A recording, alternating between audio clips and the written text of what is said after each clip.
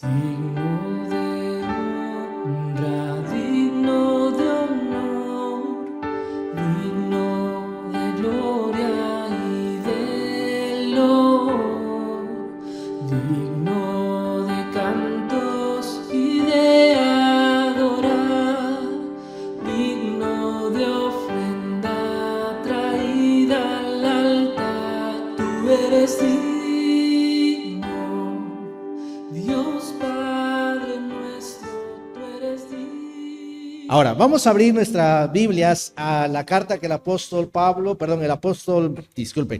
la carta que escribe Santiago o Jacobo, que realmente en el original es Jacobo.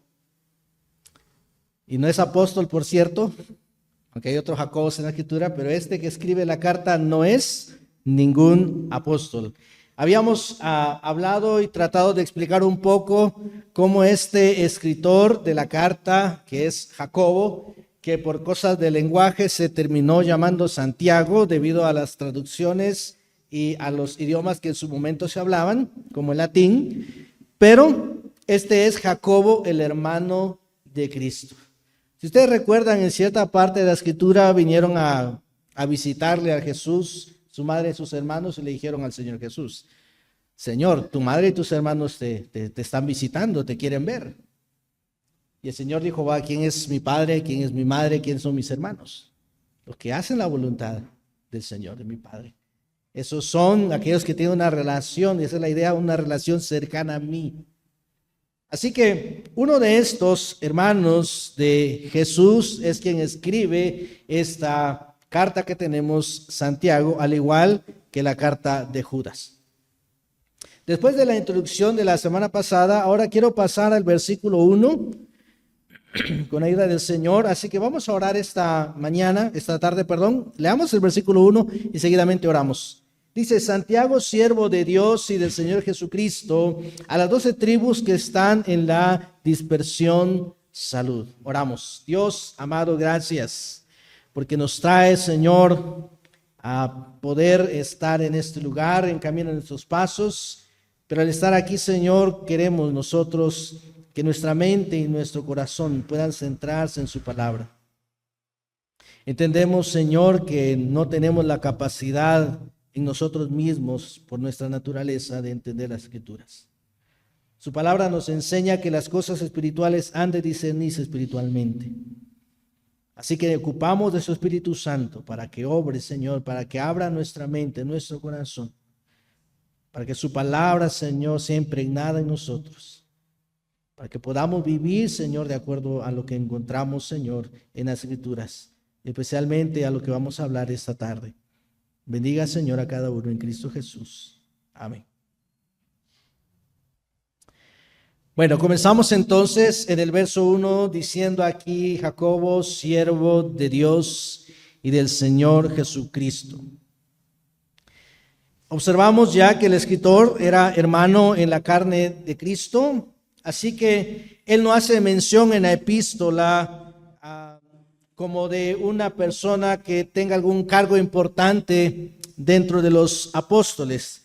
Así que él prefiere identificarse más bien como siervo de Cristo y de Dios. Ahora, esto es importante.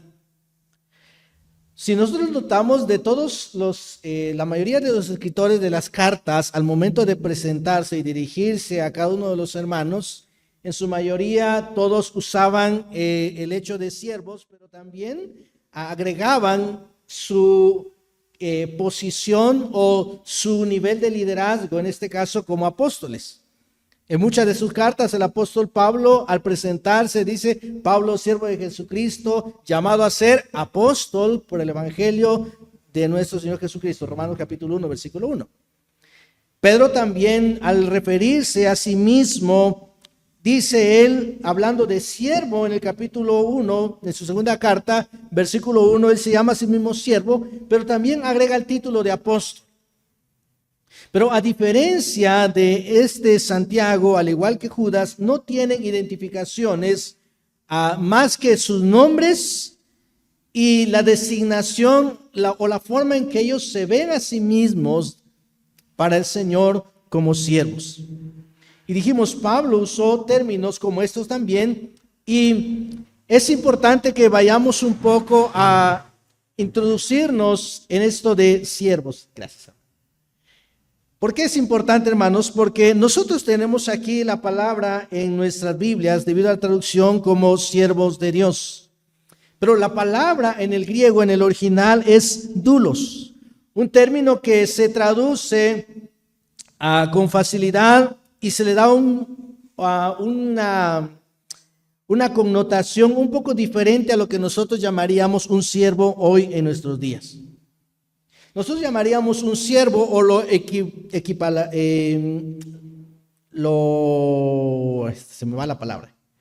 Compararíamos, gracias. Lo compararíamos como a un trabajador, como a alguien que está a nuestra disposición en un tiempo determinado, en un horario, y que tiene específicas tareas que hacer durante ese día o durante el mes, o como usted contrate a esa persona. Puede ser quizás hasta horas, ¿no?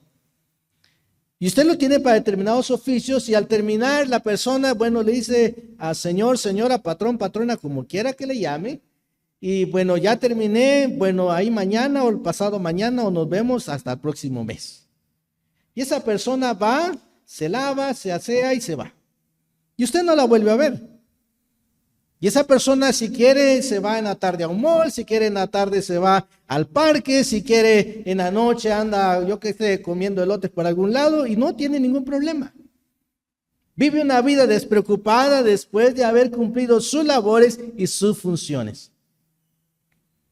A eso traduciríamos nosotros como alguien siervo que tiene voluntad, sin pensar en otras cosas. Pero la palabra siervo en la escritura, que es doulos, es algo diferente, porque caracteriza a una persona que en sí mismo no tiene voluntad, sino su voluntad pertenece a alguien más.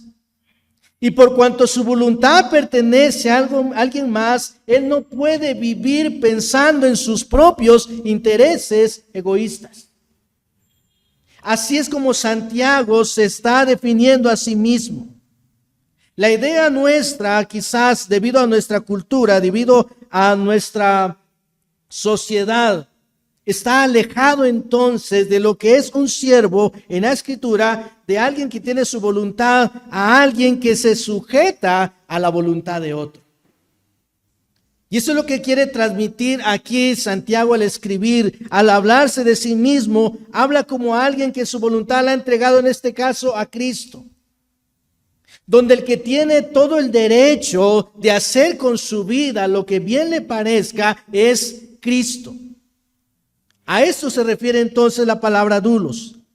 Alguien que es un esclavo, alguien que es fiel, lejos de ser un mero asalariado, alguien que está esperando o que hace, entre comillas, su mayor esfuerzo porque espera que en algún momento sea recompensado. Algunos en algún momento hemos tenido a alguien que trabaja para nosotros y vemos quizás esa chispa, esa determinación, cómo esa persona se esmera en su trabajo. Si usted lo manda a limpiar, pues limpia de la mejor forma, y eso causa tanto agrado que quizás en alguna ocasión usted ha dicho, no, pues yo creo que le voy a dar un poquito más hoy. Pero sea de la forma en que lo ha hecho, al final es una persona asalariada que está en última instancia interesado en lo que va a recibir a causa de lo que va a hacer. Y nada más. Tenemos otra clase de trabajadores que no es lo que todos les gusta tener, que hacen lo mínimo posible. Que usted los contrata y le dice, mire, limpia aquí, y ellos limpian específicamente ese aquí que usted les dijo. No limpian más allá. Si usted le dice limpie o barra el patio, barra en el patio y no levantan nada. Y si lo que está tirado, está tirado. Usted mismo que barriera, ¿verdad? No que barriera debajo de las cosas que están ahí. Decía mi mamá que no hay que barrer donde solo pasa la suegra, decía.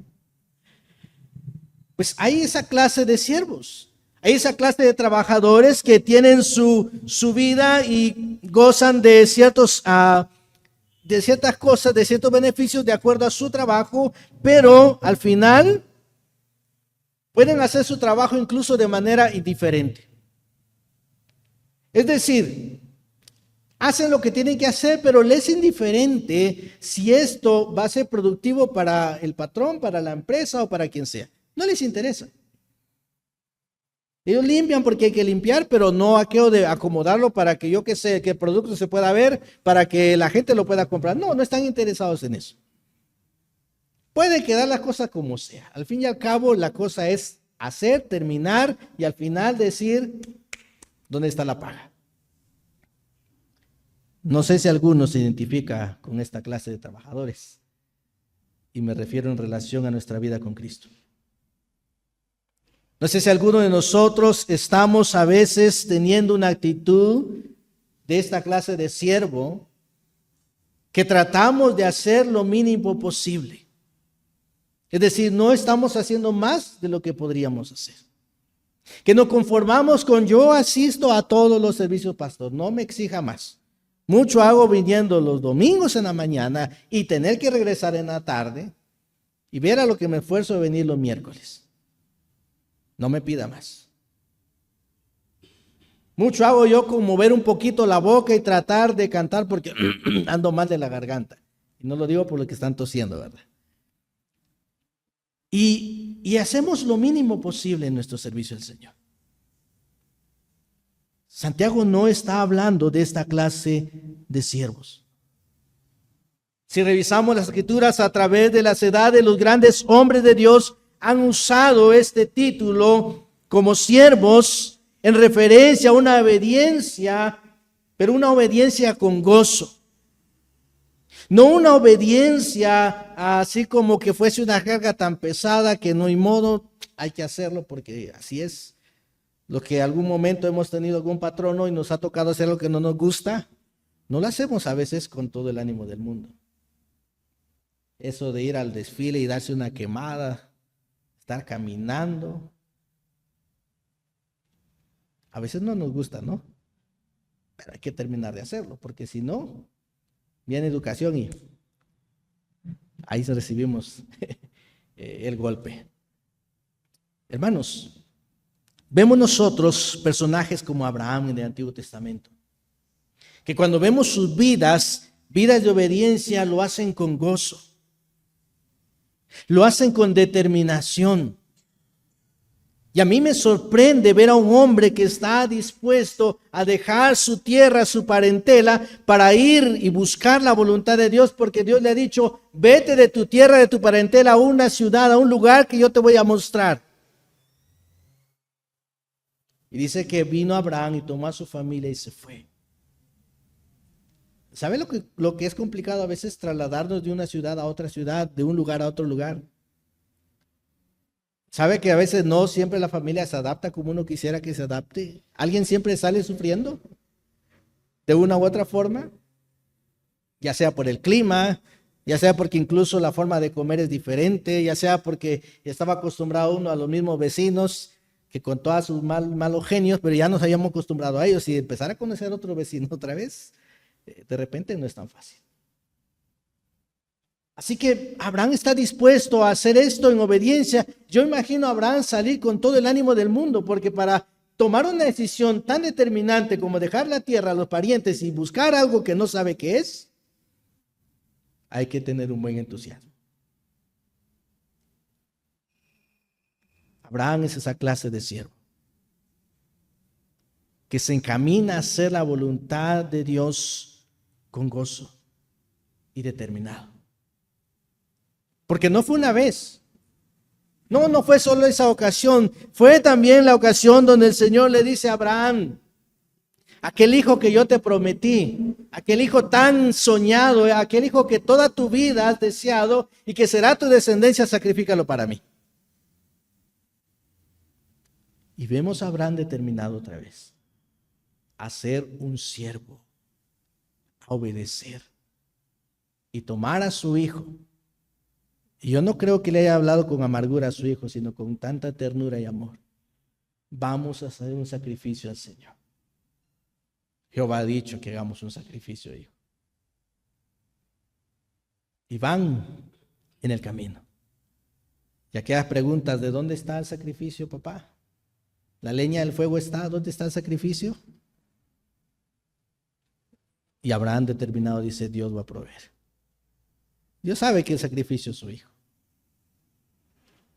Y Abraham está a punto de matar a su hijo porque él se ha determinado a obedecer a Dios. Hermanos, si Dios no detiene a Abraham, Abraham hubiese matado a Isaac. Porque Abraham era un dulos, era un siervo, era un esclavo. Era alguien que había sometido su voluntad a la voluntad de alguien más. Era alguien que había cambiado sus intereses, sus deseos egoístas y había puesto al Señor por delante, aunque eso le costase su propio hijo. Pregunto a algunos de los padres que están esta tarde, ¿tú pondrías a tu hijo por delante si el Señor te lo pidiera?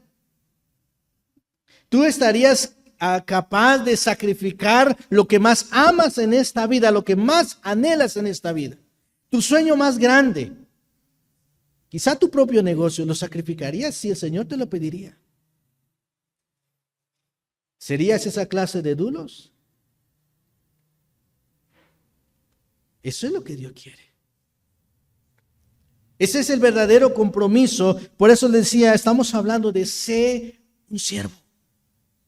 Pero en esa clase de siervo que solo busca un interés, porque muchos tristemente, y estoy hablando de cristianos, o por lo menos que se identifican como cristianos, muchos han hecho de Dios solo una clase de patrono donde hay que buscar algo detrás. Incluso cuando ofrendan.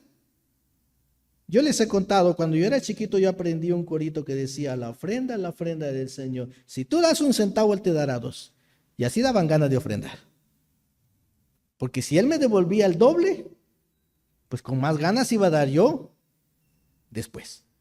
Porque si hoy di 5 y Él me va a dar 10, después va a dar 20 y esa inversión va a estar buena. Y muchos así todavía, adultos ya, vemos a veces a Dios así. Si damos nuestro tiempo, de alguna manera pensamos, Dios en alguna forma tiene que compensar esto, pastor. Porque yo que venga a dar mi tiempo aquí, mi tiempo es valioso. Vemos hombres como Isaac, como Jacob, como Josué, como Caleb, como Moisés. Cada uno de estos en su momento se comportó como un siervo, esperando obedecer a Dios, no queriendo moverse hasta que Dios dijera, vamos para allá. Recuerda a Moisés. Moisés decía, Señor, si tu presencia no va delante de nosotros, ¿para qué vamos a ir? Es decir, Moisés no estaba pensando, yo voy a adelantarme, yo voy a llegar más rápido, ¿no? A la tierra prometida, no. Señor, en tu tiempo, en tu momento, paso a paso, conforme tú vayas indicando que ese momento de avanzar, nosotros vamos a avanzar. Cuando tú te detengas, nosotros nos detenemos. Porque él era un siervo que estaba dedicado o había entregado su voluntad a Dios, no para hacer la suya. Así que los cristianos, hermanos, deberíamos de entender que nosotros también tenemos una pertenencia, pertenecemos a Dios. Vamos a ver lo que Pablo dice en Filipenses capítulo 1, por un momento, versículo 1.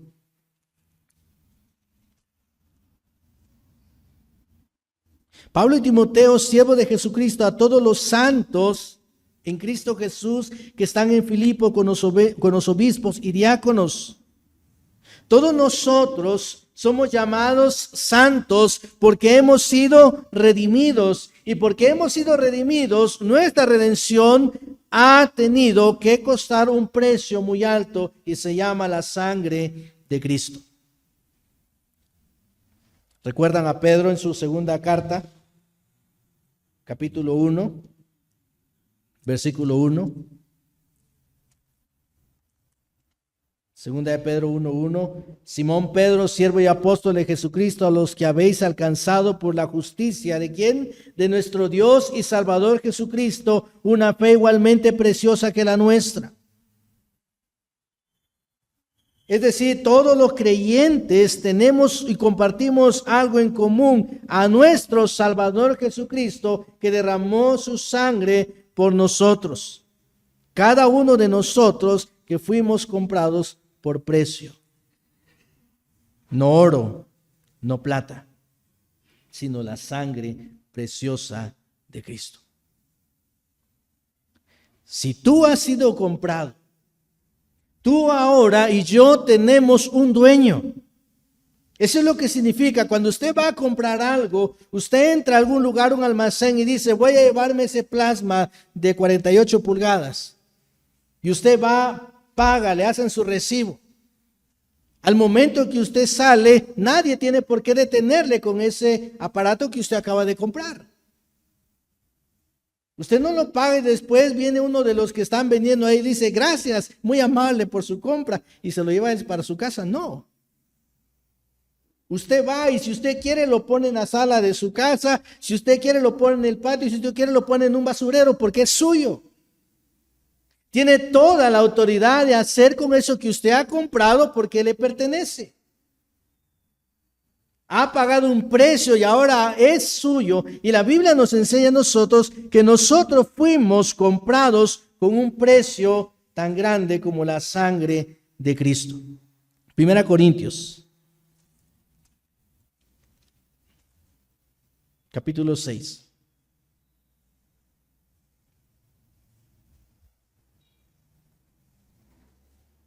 Versículo 20.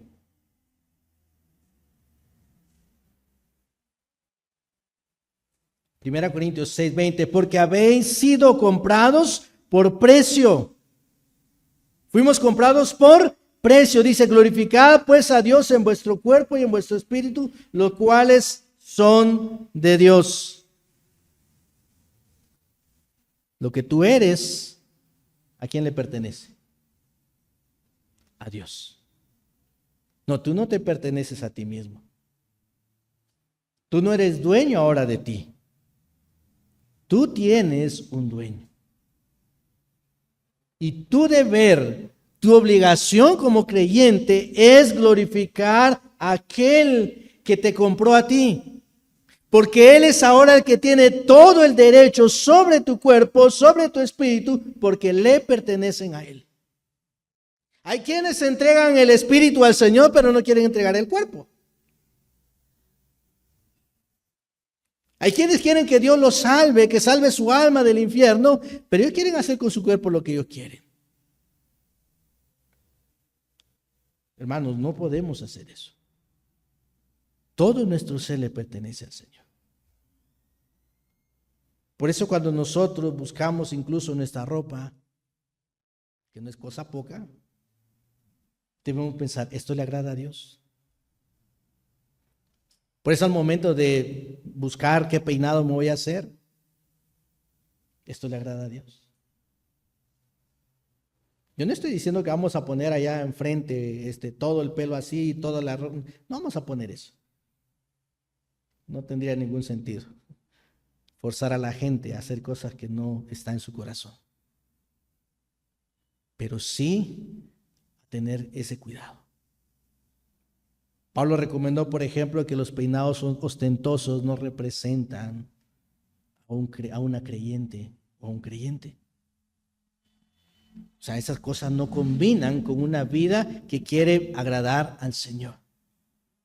No dijo que no se pueden arreglar, no dijo que vinieran todas desfachatas y todos así andrajosos, no, pero dice que tengamos cuidado con nuestra forma incluso de peinar. Los peinados son ostentosos que solo buscan llamar la atención y que las personas pongan los ojos en otras cosas que no deberían. No es lo que agrada a Dios. Debe haber cierta cordura, cierta sensatez al momento de nosotros elegir qué vestir, elegir cómo peinarnos, aún nuestras palabras. Y uno podrá decir: lo que pasa, pastor, que yo soy de campo, nosotros así hablamos. No, mire tus palabras para hablar. Porque tú ya no te perteneces a ti mismo, no importa en qué lugar vivas. No importa si vives en el cerro más alejado del mundo, allá por la Patagonia, no sé ni dónde queda eso, pero por ahí he escuchado que es un lugar algo lejos. No importa dónde vivas. Pero toda tu vida, todo lo que tú eres, todo lo que sale y emana de ti, pertenecen a Dios. Por lo tanto, ten cuidado. Cómo tú hablas a tus amigos, cómo tú hablas a tus hermanos, cómo tú hablas a tu esposo, a tu esposa. Tú eres un siervo del Señor. No, siervo de los pastores, ¿verdad? No, todos somos siervos de Cristo. Todos, sin excepción alguna. Todos, porque todos hemos sido comprados con la preciosa sangre de Cristo. Primera de Pedro, capítulo 1, verso 18.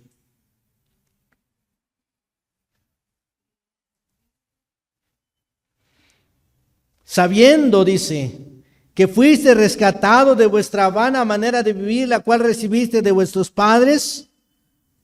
¿Cómo fuimos rescatados? No con cosas corruptibles como oro o plata, sino con la sangre preciosa de Cristo, como de un cordero sin mancha y sin contaminación.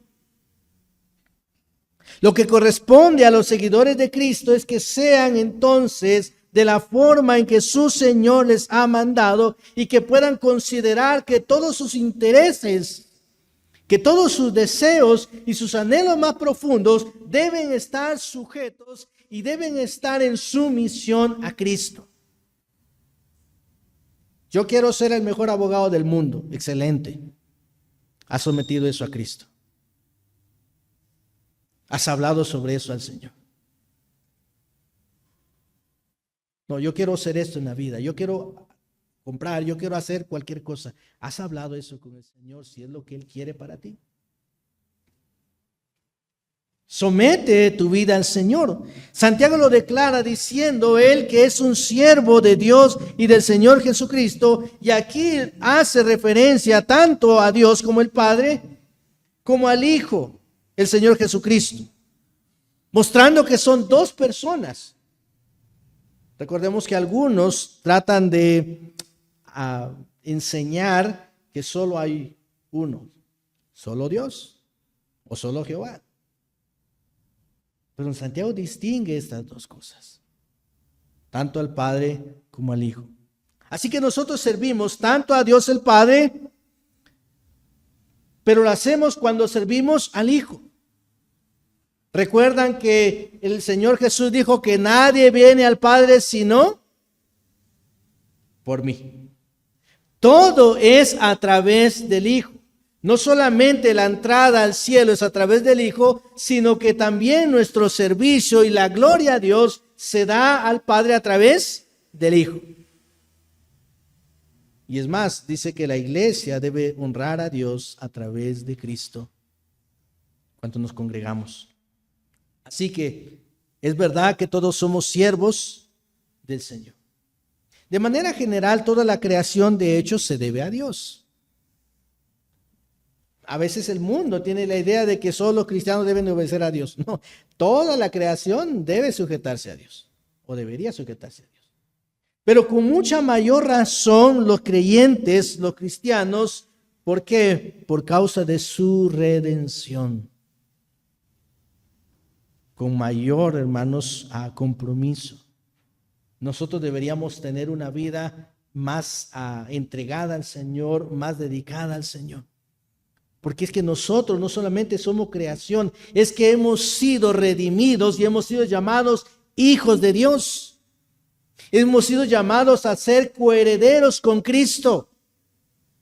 Tenemos un lugar especial que el Señor ha preparado para nosotros. Eso es más que razón para nosotros vivir de acuerdo a la voluntad del Señor y hacer lo que dice aquí el apóstol: glorificad pues a Dios en vuestro cuerpo, porque le pertenece al Señor, y en vuestro espíritu también. Ambas cosas. Así que nosotros debemos de ver esto no como una carga en sí misma, sino más bien como un privilegio que tenemos.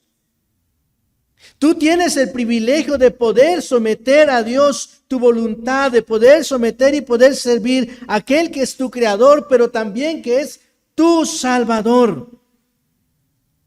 Cuando vemos esto como algo tan sublime, como lo mejor que puede ocurrirle a un ser humano, hermanos, no dudamos entonces de decir: Señor, hágame un siervo suyo. Porque hay tanta grandeza y tanta dicha en ser un siervo del Señor. Ahora, el ser un siervo, como lo describe aquí el apóstol, Santiago, también confiere aquí una relación más íntima. Porque es esa clase de siervo que no quiere despegarse de su amo. Si ustedes recuerdan allá en el Antiguo Testamento, cuando llegaba el tiempo que un siervo podía ser libre, había una opción. Que si el siervo quería vivir para ese amo, pero hacerlo de manera voluntaria, lo que se hacía es que tenía que horadarse, es decir, abrirse la oreja a manera de seña, a manera de poder decir: yo ahora voluntariamente me voy a ser un esclavo de este amo porque yo amo a este amo. La clase de siervo a lo cual está llamándonos Santiago a hacer es esta clase de siervo al cual no quiere deshonrar en su conducta a su padre, no quiere deshonrar en su conducta al hijo. Interesante, porque la palabra que tenemos nosotros como siervo son 124 veces que el Nuevo Testamento lo registra. Y siempre en esa misma línea. Así que yo estaba tratando de buscar un poquito más de información, y en el Diccionario Teológico del Nuevo Testamento se explica que el uso exclusivo de esta palabra es para describir el estatus de alguien que tiene una actitud o que tiene esa característica o ese estado de ser un esclavo, pero con un énfasis en cuanto a su servicio, el cual no es opcional. Y eso es lo que, hermanos, realmente significa ser un esclavo, alguien que no tiene otra opción. Es decir, él no puede elegir. Cuando toca hacer algo, tiene que hacerlo, porque él está sujeto su voluntad a alguien ajeno. Él no domina su voluntad, él no busca hacer lo suyo. Recuerda que una vez el apóstol dijo que lastimosamente muchos, dice, buscan su propio beneficio, buscan su propio bien y no el de Cristo. Es triste, hermanos, pero ser esclavo de Dios implica entonces más que ser meramente siervos, más que ser solamente trabajadores que están esperando recibir algo, sino habla de alguien que tiene responsabilidades delante de su Señor, al cual él va a responder un día. Y entendemos entonces por qué ser esclavo de alguien implica también ser posesión a quien nosotros pertenecemos. Yo pregunto, ¿te consideras posesión de Dios? ¿Eres tú una posesión del Señor? Tiene sentido cuando Pablo escribe: o ignoráis que vuestro cuerpo es templo del Espíritu Santo, el cual está en vosotros, el cual tenéis de Dios, y que no sois vuestros. No sois vuestros. Ojalá se nos pegara esta frase en nuestro corazón y quedara impregnada como una huella allí: no soy de mí, no me pertenezco a mí mismo. Porque habéis sido comprados por precio. Glorificad pues a Dios en vuestro cuerpo y en vuestro espíritu, los cuales son de Dios. Qué interesante. Tú ya no eres de ti. Dijo el apóstol Pablo cuando escribió a los Gálatas que con Cristo estoy juntamente crucificado y ya no vivo yo, mas vive Cristo en mí, y lo que yo ahora vivo en la carne, lo vivo en la fe del Hijo de Dios, el cual me amó y se entregó a sí mismo por mí. Este es un privilegio, este no es una carga pesada, este es un honor. Esto es algo tan glorioso, tan grande, que todo el mundo debería de anhelar: ser un esclavo, ser un dulos del Señor. Tener esa relación tan cercana con Dios, y lo obtenemos a través de ese nuevo nacimiento, porque el Espíritu Santo nos regenera para tener una vida así. Somos esclavos. Por lo tanto, hermanos, nosotros ya no nos preocupamos de la comida. ¿Sabe que el esclavo no se preocupa de estas cosas? El que tiene que proveer, ¿quién es? El amo. Bien dijo el Señor, no os afanéis diciendo qué comeremos o qué vestiremos. Dice, porque todas estas cosas buscan los gentiles, porque ellos no son siervos del Señor. Ellos se afanan en querer conseguir lo que solo Dios puede. Ellos hacen todo y se desviven por querer obtener y tener en su corazón paz al final de sus días. Pero el Señor dice, ustedes son diferentes. Ustedes me pertenecen a mí. Y si ustedes entendieran que al pertenecerme a mí, su mayor interés debe ser buscar primeramente el reino de Dios y su justicia, ustedes obtendrían todas las cosas por añadidura. Porque el amo es el que provee, el que sustenta, el que cuida, el que guarda. Hay 4 implicaciones entonces en la declaración que hace Jacobo en su primera parte del versículo, cuando habla de ser un siervo.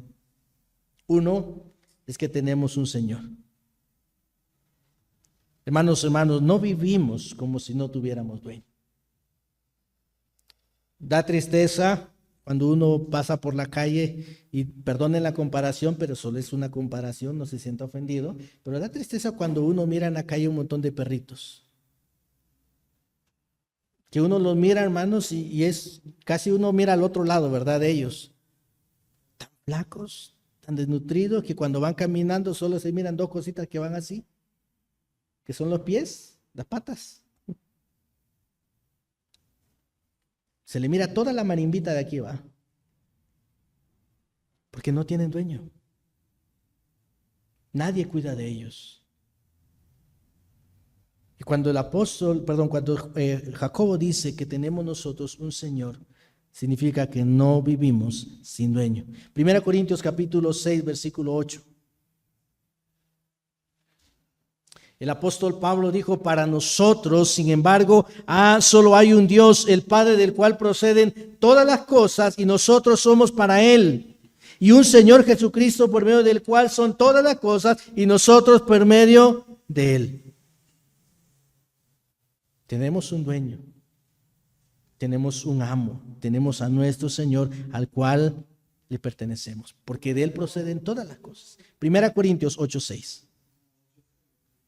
1 Corintios 8:6.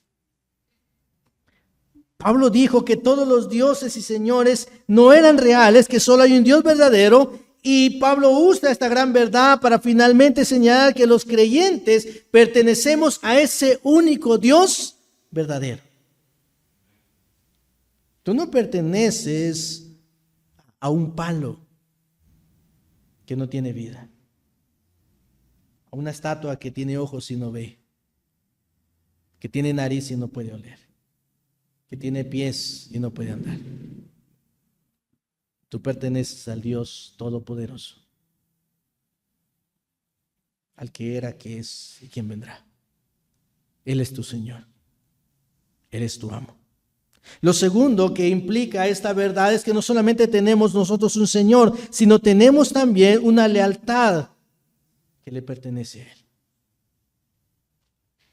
En 1 Pedro capítulo 4, versículo 11.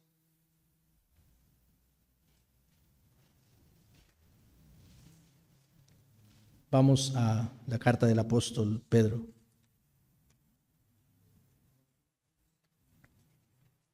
Primera de Pedro 4, verso 11.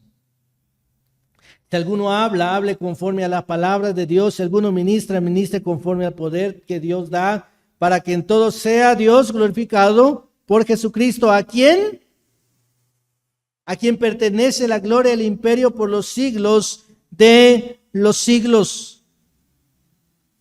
Nuestro compromiso, hermanos, debe reflejar la actitud que el apóstol Pedro, estaba hablando, que nosotros debemos glorificarle a Él, a nadie más. No glorificamos a los hombres. Nuestra lealtad le pertenece a Él. Por eso, hermanos, se nos prohíbe arrodillarnos delante de cualquier objeto. No tendrás dioses ajenos delante de mí. No te inclinarás a ninguna obra de hombres. Prohibido. Porque tienes un Señor. Porque tienes un dueño al que tú le debes lealtad. Pregunto, ¿cómo muestras tu lealtad al Señor? ¿Haces todo lo posible por congregarte? Por buscar el rostro del Señor. ¿Buscas tiempo en tu día a día para poder tener comunión y tener algún devocional con el Señor? Pues lo primero que haces al levantarte es tomar el teléfono y ver todos los estados. Y pobre de ti si tienes 100, 200 contactos. Porque inviertes tanto tiempo y no eres leal al Señor. No eres leal al que te salva. Hay una lealtad que debemos tener al Señor. Pero como siervos también, en tercer lugar, renunciamos a otros amos. Mateo capítulo 6, verso 24 dice que ninguno puede servir a dos señores, porque o aborrecerá a uno o amará al otro, o estimará al uno y menospreciará al otro. Dice, no podéis servir a Dios y las riquezas. El tener, hermanos, dos señores no es como trabajar con dos trabajos. En Estados Unidos mucha gente hace eso, y aquí seguramente también. Hay gente que trabaja en la mañana en un lado y se va a la tarde a trabajar. Pueden tener dos amos. Pero no está el Señor hablando de esta clase de señorío. Está hablando, y en el contexto tiene que ver como un amo y un esclavo. Nadie puede servir a dos amos. Nadie puede pertenecer a dos señores. Así como sucedía en el antiguo Israel, donde el Señor les hablaba a ellos de esa lucha que tenían con la idolatría, porque algunos pensaban que podían alabar al Señor, pero también a Baal. Recordamos cuando Josué les dice a ellos, miren a quién van a servir, si a Baal y a los dioses de toda esa gente, o al Señor de los ejércitos. Y dice él, pero yo y mi casa serviremos a Jehová. Decidan a quién servir. Ese pensamiento y esa idea la que vemos nosotros en la declaración de Cristo. El problema se encuentra que estimar a uno equivale a menospreciar el otro de manera automática. Si yo tengo en alta estima al Señor, a su reino, todo lo que tiene que ver con Él, todo lo demás para mí es secundario. Pero cuando yo tengo por más estima las cosas de este mundo, Dios siempre va a tener el segundo, tercer o cuarto lugar en mi vida. Y por eso tristemente algunos quizás no se han congregado en mucho tiempo. No por falta de tiempo, porque han cambiado de amo. No se puede amar a Dios y al mismo tiempo hacer todo lo contrario. No se puede pensar, yo amo al Señor con todo mi corazón, pero me da igual congregarme en la iglesia o no. Porque este lugar que ha dado el Señor, es para que su pueblo se reúna para buscarle a Él. Dice la Escritura, no dejando de congregarnos. Lo último es que hablar de ser siervos significa que debe haber una rendición total. Rendición total. Mateo 16, 24. Jesús le dice a sus discípulos, si alguno quiere venir en pos de mí, niéguese a sí mismo, tome su cruz y sígame. El Señor no estaba hablando de vivan bajo tradiciones, vivan bajo ese sentimentalismo cristiano. No. Vivir para el Señor no se trata de una vida abnegada nada más. Porque algunos de repente pensamos que, yo tan abnegado que soy para el Señor. Hermanos, la abnegación de repente hecha con un buen propósito, de manera ocasional, se puede hacer. Pero hermanos, cuando nos negamos a nosotros mismos, rendimos todo nuestro ser y determinamos entonces vivir bajo la voluntad del Señor todos los días. No es lo mismo, por ejemplo, que un día me levanto y digo, yo voy a regalar esta camisa, ¿verdad? Yo creo que esta camisa fulano tal vez le puede servir. Es un pequeño sacrificio, ¿no? Que decir, voy a dar todo lo que tengo. ¿Recuerdan a aquella viuda? Cuando estaban echando las ofrendas. Yo me imagino a esta mujer meter las manos en su bolsa y saber que solo tenía las 2 blanquitas. Y con todo el corazón depositarla para el Señor. Mientras que los que tenían muchas posibilidades, hasta con ese alarde, ¿no? De que todo el mundo escuche cómo suenan las monedas cuando van cayendo. Y seguramente eran muchas. Pero el problema es que su corazón no estaba para el Señor. Aunque aparentemente había abnegación a la hora de dar, pero no había devoción para darse al Señor. Yo quiero llamarles a cada uno de ustedes a reconocer que humanamente es un contraste el ser un siervo de Dios. Porque nosotros no podemos generar esta clase de servidumbre para Él. Mi carne quiere otra cosa. Mi carne quiere diversión. Mi carne no quiere estar aquí sentado escuchando un loco todos los días. Mi carne quiere divertirse, mi carne quiere un partido de fútbol. Mi carne quiere estar en otro lugar, yo que sé, en una playa. Pero yo no me pertenezco a mí mismo. Sé que tengo un Salvador, sé que tengo un Señor. Y a Él le agrada que le busquemos. Y al final yo me beneficio buscándole a Él. Yo quiero ser un siervo. ¿Tú quieres ser un siervo? Espero que sí, oremos al Señor. Bendito Dios, gracias. Gracias por su palabra, Señor. Gracias por enseñarnos. Lo importante es que nosotros podamos examinarnos a nosotros mismos y podamos ver, Señor, en qué condición estamos en nuestra relación con usted. Quizás sin darnos cuenta, empezamos nosotros pareciéndonos a un siervo, pero luego nos creímos los dueños. Y empezamos a atribuirnos cosas que no nos correspondían en nuestra vida. Quizás en este momento nosotros estamos gobernando nuestra vida y no es usted, Señor. Quizás nosotros va de tomar decisiones, Señor, sin consultarle. Perdónenos, Señor. Perdone nuestro necio corazón, Señor. Perdone nuestro pecado y nuestra rebeldía, Padre. Háganos, Señor, ser siervos suyos. Háganos, Señor, tener esa devoción. Que no nos movamos a derecha, que no nos movamos a la izquierda, Señor, si no es su voluntad. Que no tomemos decisiones, Señor, a la ligera si no es su voluntad. Que vivamos, Señor, dignamente delante de usted como buenos siervos y fieles.